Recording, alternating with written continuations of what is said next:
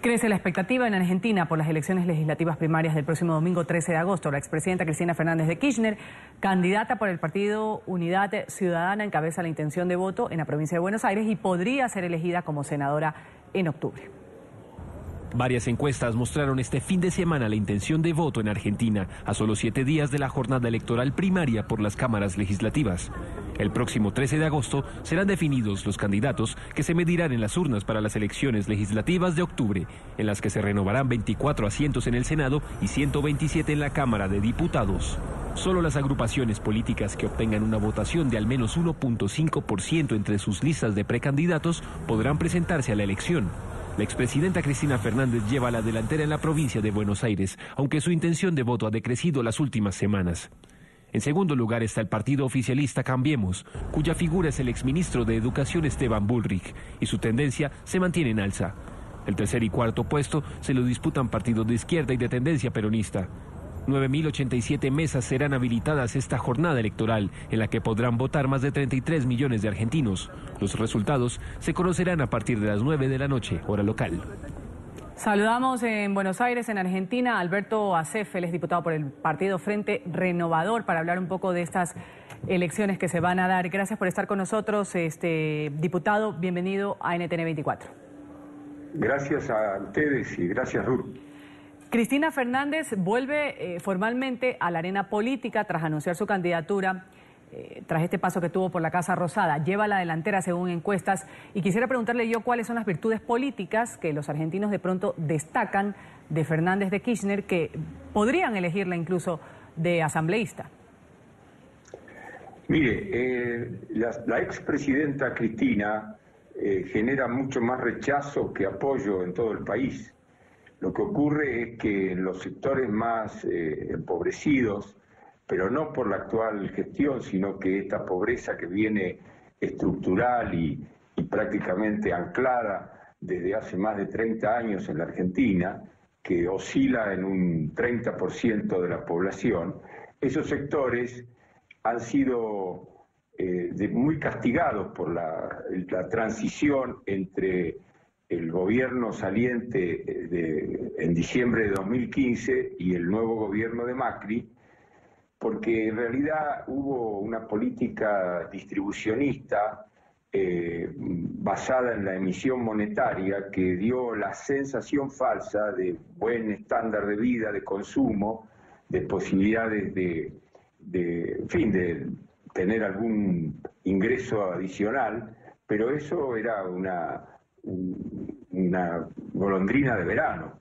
La realidad es que el déficit de nuestra economía, el desequilibrio macroeconómico, la inflación, el cepo que teníamos con el tipo de cambio, el dólar no podía ni siquiera comprarse para viajar a un país limítrofe, realmente todo eso estalló de alguna forma, aunque el gobierno de Macri pudo controlar la situación, no explosionó, sino que, se hizo un tránsito muy difícil.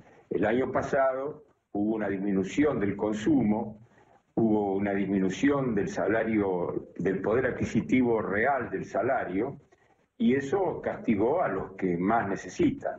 No se le ha podido convencer, seguramente porque no ha habido una buena política de comunicación por parte del gobierno, que la inflación es el peor castigo para precisamente los sectores más pobres y que la posibilidad del regreso de Cristina es el ahuyentador, el espantador principal de cualquier inversión, no solamente extranjera, sino de los propios argentinos para crear pymes, para generar trabajo, más actividad económica.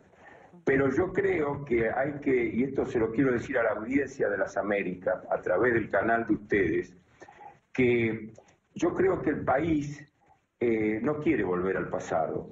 Y si bien hay una intención de voto por Cristina de 30-35% en la provincia de Buenos Aires, porque hay que aclarar que ella se presenta solamente en la provincia de Buenos Aires y que no hay cristinismo en el resto del país prácticamente, esa intención de voto no le va a permitir en octubre alcanzar la mayoría en el Senado. Es decir, que a lo mejor es elegida senadora, pero por la minoría, y va a tener un papel secundario en el Senado de la Nación.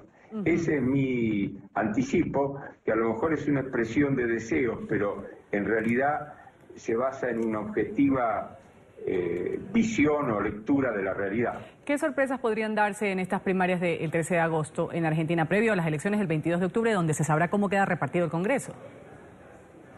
Mire, la principal sorpresa sería que efectivamente el pasado le ganara a los cambios y al anhelo de cambio que tiene la Argentina, que, vuelvo a decir, sería transicional hasta el 22 de octubre, donde se realizan las elecciones definitivas, porque en esos 2 meses que van desde el 13 de agosto al 22 de octubre, va a haber una variación de la intención de voto, y yo creo que esa variación va a ir en la tendencia a favor de no volver al pasado.